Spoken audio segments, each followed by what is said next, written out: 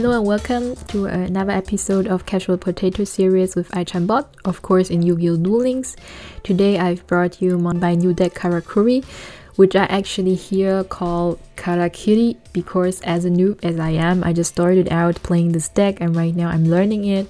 And in the beginning, I always forget that all those cards here from Karakuris are actually forced to attack if you summon them into a face-up attack position.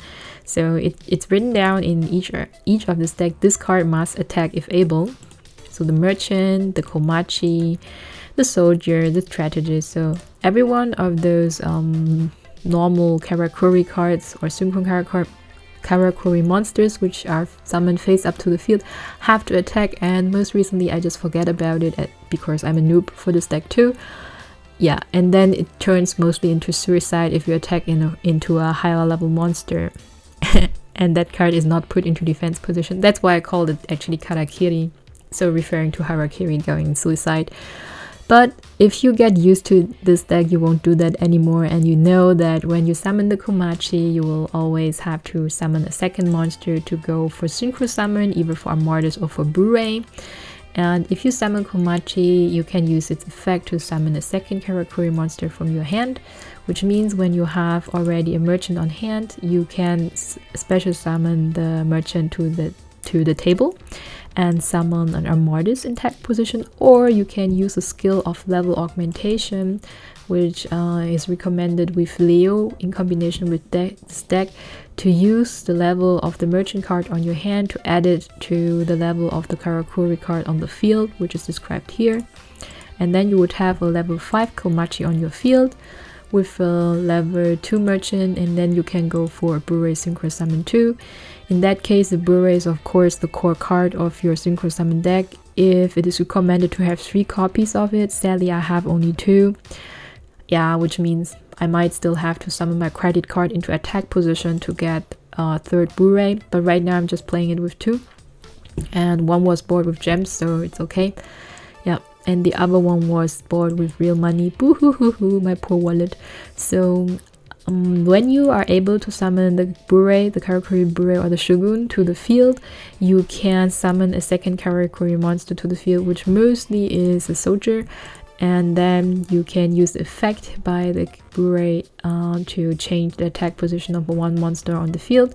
Even if that one is in face down position, you can flip it face up, which is pretty helpful. Then you can check out what your opponent is having on the field.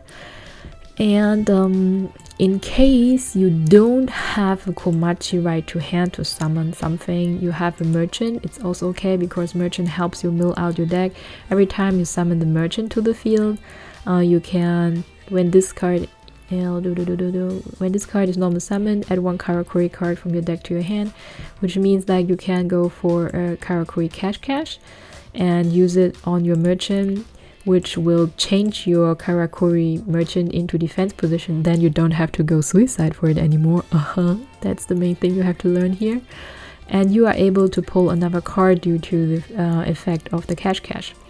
In best case, you have already an Anatomy Karakuri activated on your field, and this helps you because every time a Karakuri monster changes its position on the field, you get one counter on the card, and the more changing of positions of Karakuri monsters on the field happens, the more counters you get on the Karakuri Anatomy, and then you can cash in after you have to at least one counter on this to cash in, but mostly it's better if you have like 2 counters on it and you can cash in. So the combination with Karakuri Cash and Karakuri Anatomy makes this deck very strong because you get to draw a lot of cards at one time. It's like this is basically your milling machine or milling engine within your deck. The Soldier is also pretty helpful because like all the other Karakuri monsters, when it's attacked, it changes its position. Usually it's changed into defense position, except this one, I think. This one is just changed overall in attack position. So when this card is selected as a target, change its battle position, which is confusing, which means if this card is in defense position, it will be changed into attack position, which has 0, and then you will take a lot of damage, which is a bad idea. But all the other cards is When this face-up attack position card is selected as an attack target changes to defense position, you take 0 damage. So they are defending themselves except the Komachi. So that's quite confusing in the beginning, and you have to learn how to deal with it and not go suicide with it. That's why Karakuri. Yeah. And the second effect of the Karakuri soldier is if it gets destroyed, you get to special summon one level 4 or lower Karakuri monster from your deck in face-up attack position, which could be merchant, Komachi, or strategist, or another soldier, which helps you also milling out your deck and keep you alive. Basically keep your life points untouched. Last card, a Karakuri Strategist or Nishipachi call. It's also helpful. It's another synchro monster, so in case you don't get a Komachi but you have a Strategist on hand, it's still possible to go for a armades or a Blu-ray depending on the situation. And when the Strategist is summoned to the field, you can change the battle position of one card on the field, which means that you can also flip one face-up card which your opponent has set. So we already talked about the cash and the Karakuri anatomy, which works together as a milling machine for this deck. Which we haven't explained yet is the Karakuri Gold Dust. The Karakuri Gold Dust is a quick spell card which helps you buff your Karakuri monsters, so it goes pretty well with the Blu-ray together. So once you special or synchro summon Blu-ray and special summon a second level 4 monster, and you are absolutely sure that your opponent has no Koribo, he has no back row set, you have already attacked with the soldier, and then you are going into attack with the Blu-ray, you can use this card from your hand or set in the damage step to change the soldier into defense position and add its attack point, which are 1400, to the Blu-ray, which makes this card then a 4000 damage card. So in that case, you would even overcome Blue Eyes, which makes this very strong combo, but it's very situational, and if your enemy has like a Koribo or some kind of back row to deny the attack, then you are screwed and a lot of cards are wasted. For me in this deck, I've added a Koribo and 3 Canadias for safety, so if I face Karakuri, I still have some kind of, I don't know how to say, defense cards to keep me alive in case they put off like a super combo for OTKing me and gets rid of a Canadian. I still have a small chance to survive with a Sphere Koribo. And then the Trinade I added to this deck is because I just learned when I started playing this deck, every time I summon Komachi, it's get denied and then put into face down position, and I can't put any combo off of this anymore.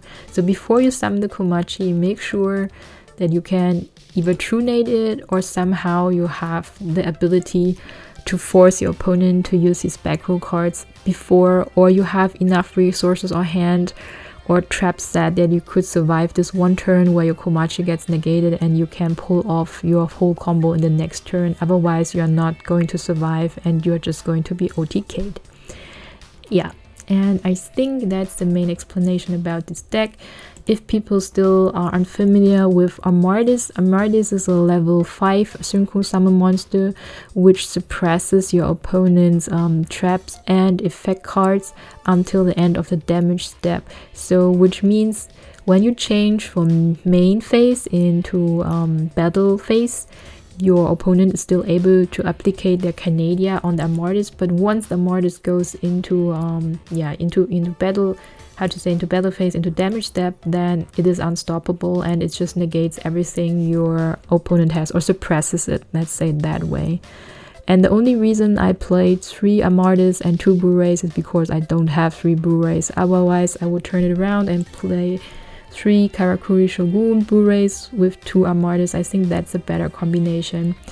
But right now, this is more like a budget version of Karakuri, which I still call Karakuri because I killed myself pretty often with this deck in the beginning when I was still in training. So enjoy now gameplay. Signing out, Aichambot, your Karakuri trainee right now, and I hope next season I can make this deck my King of Games deck and I will get finally used to it, because it's a lot of fun to play with it. So see ya guys, bye bye.